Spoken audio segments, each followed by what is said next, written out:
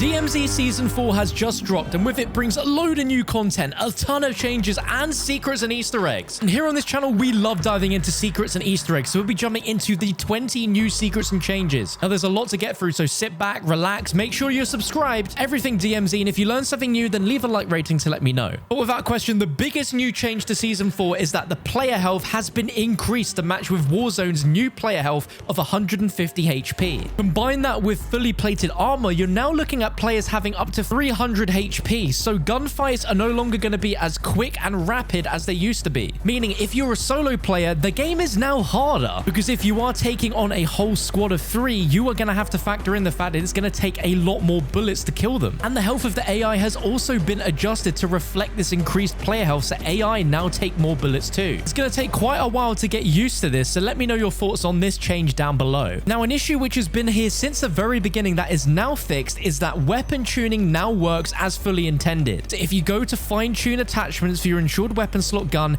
they now actually reflect inside of the game. Why that's taken so long, I do not know. Now, a huge new addition to DMZ, which for some reason IW haven't spoken about, is that counter UAVs are now in the game. You can find them in random loot from supply drops by killing the new Bullfrog boss, and when you use a counter UAV, very similar to a UAV, you will see a massive blue circle on your minimap, and any enemy players within that blue circle will have the UAV effect. Now, I believe you can only find these right now in Vondel. If you exfil with it equipped, you can go into any DMZ map with the counter UAV. Now, up until now, the KV broadside shotgun has been the dominant weapon to use in DMZ for short and medium range engagements, but now Season 4 has stepped it up, and with that increased player health, the broadside is no longer the greatest close range weapon to use. IW have kept this a secret, but they have secretly buffed the Bryson shotguns, so the 800 and the 890 have received secret buffs that now make it far more consistent in damage to use than the broadside. And I have an example clip of me using the broadside in a close quarter fight. I lost because I had the broadside, which doesn't make any sense. Now, another secret addition to DMZ is that Infinity Ward have added new 2-plate special vests that now spawn in the wild. So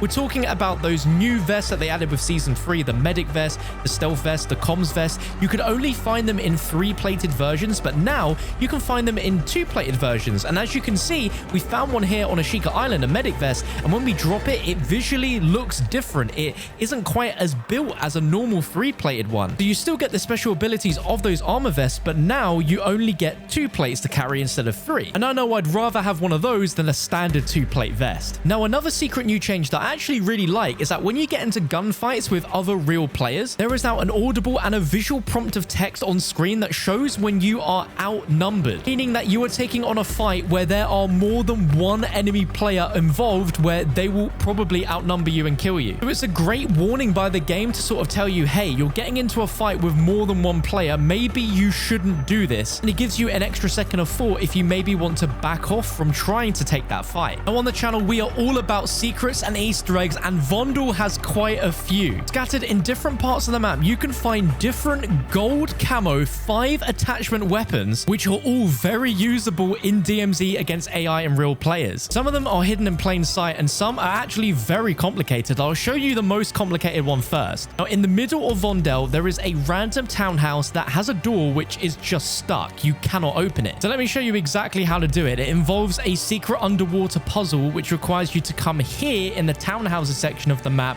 and you're going to need to have a rebreather as your field upgrade. Get your rebreather out and follow exactly where I swim here. So under the tunnels, we're going to swim towards the end and then take a left. Continue on further down the tunnel all the way to the end here. And when we finally get to this end point, we're going to use our rebreather and take a right. Now that we've used the rebreather, we're going to continue along the tunnel, and then we're going to take a right, then a left, and then we're going to go under this grate here, and it will lead us towards a staircase that will lead us into the undersection of a house. And then once we make our way up to the top, you'll find you're in a secret room here, which has a load of chests which you can open, but tucked away in the kitchen, just laid up here on the side, you'll find a gold M13B, which has 5 attachments on it, and this genuinely is a super viable build of the M13. It is very good. It has so little recoil, recoil. I was honestly really surprised by how good this was. So now let's show you another secret weapon, which is going to be within the stronghold in the market section of Vondel. So as long as you've got a key card to get in here, a stronghold key card, you'll be all good. But the AI in here are absolutely insane. But when you make your way to the second floor of the market stronghold by this billiards table, you'll see lined up on there like a queue is going to be a gold signal 50. And again, this is also a very, very viable build of the signal 50 to use. It's a medium range version and it is quick to fire. But that is only the first of 3 secret gold snipers that you can find in Vondel, because the gold one-shot Victus XMR from the St. Patrick's Day event can be found in Vondel. And to find it, you need to make your way to the top right of the map to the Central Station POI. And inside of Central Station, you're going to find this ticket booth as soon as you enter into the station. You're going to need to run around the sides to get up to the staircase, so you'll be above where the booth is. And as you can see, lying there is going to be that Victus. So you want to get on the barriers and then jump to glide over. And there it is, the gold Victus XMR with the exact same attachments as the St. Patrick's Day version. Now, I don't know if it's exactly a one-shot like it was for that event, but it is a very powerful version of the Victus, and it's great to have as a contraband weapon. Now, the third and final secret gold sniper you can find on Vondel is going to be over at the castle. So in order to find this, you need to be on the top floor of the castle. And if you make your way into this bedroom where you can see this massive bed, and you've got this area out here where you have a grapple, just perched up on this red chair, you're going to find the FJX Imperium. And it's gold, it's got 5 attachments, and it is pretty good. So as you learn the Vondel map and you learn where all of these spawns are, you can get a guaranteed good weapon very quickly off the spawn. Now, the last secret gold weapon we're going to show you is at the police station POI. Make your way into the police station and go up to the first floor. Then over to the right side of the building, in this area here, you're going to find a few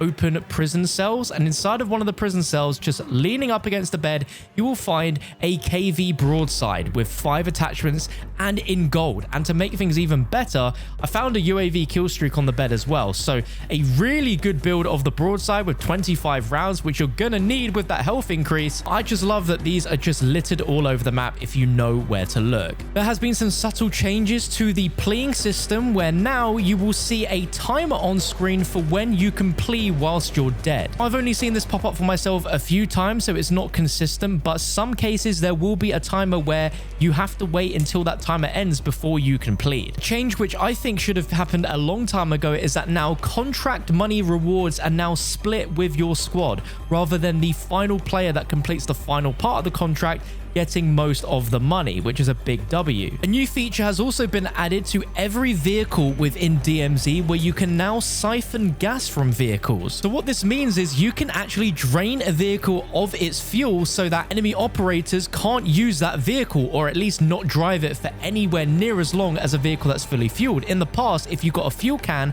and used it to refuel a vehicle, it just used the fuel can and refilled the car to full. But now gas cans now have a percentage of gas in them, and if you don't have a full gas can, if you're in a vehicle, you can actually now siphon the gas, which takes the gas out of a vehicle. It's an interesting change. I'm looking forward to see how players use that as a tactical advantage against other real players. Another secret change is all the barter recipes that we learn over Season 3 have been adjusted, where some recipes now require more of the items than it did before. So an example is a secure backpack on Ashika Island. Before, you needed 1 gold skull, 1 gas can, and 1 electric drill, but now you need to get 1 gold skull and 2 gas cans and 2 electric drills. So essentially they've made it more difficult than it was before to craft these items, as you now need more of them. Whilst Building 21 isn't live whilst I'm making this video, I'm sure that skeleton keys will require way more encrypted hard drives than it used to. Another random change is that the greenery in Al-Mazrah is now more green. It just looks a lot more vibrant, colorful, saturated, and overall looks nice. I really like the look. But Al-Mazrah isn't the only map that has had some actual changes made to it. The Koschei Complex has got some secret updates, with the first being now that when you spawn into either of the 4 areas, you will now be able to find a note from the shopkeeper of what he requires you to have in order to unlock his buy station, which makes a ton of sense, because in the past, it didn't really make sense. You had to go all the way through to the map to get to the buy, to then then look for what he wants, it makes a lot more sense to know the moment you start because you might have come across those items earlier on in the game. It's just really nice quality of life updates that I appreciate. There is also a new secret that's been added to Koschei Complex because now if you go ahead and get the weapons case by unlocking that secret room after taking down the rhino and the sniper, there is a new safe that requires a diamond drill in order to open. Not much is known about this diamond drill, but there are reports that you need to complete the Easter eggs in the Alpha cluster using the R4D detectors to open up that secret door to get one of the Heated Madness blueprint parts and the drill being in there, but we didn't find it in our game. And then also by hacking the servers with the AQ laptops to open the secret room, the drill was not in there either. In one of the entrances to Alpha cluster, there is now a new secret room which is keypad locked and you need to put in a key code in order to open. And at the moment, I genuinely don't know how to solve this, but I will have a video out for you once we know. Second to last change is that essentially every item in DMZ has had its value changed dramatically, where things are basically worth a lot less. Take, for example, a gold bar and a gold skull. Gold bar was 8 grand, that's now 2 grand. A gold skull was 12 grand, that's now 8 grand. So it's a lot harder to get a lot of cash by selling items, and maybe that's because they've introduced a new wallet where you can keep cash out of games. The final change is that contract cash rewards have also been modified, where in most of these examples you're seeing on the screen,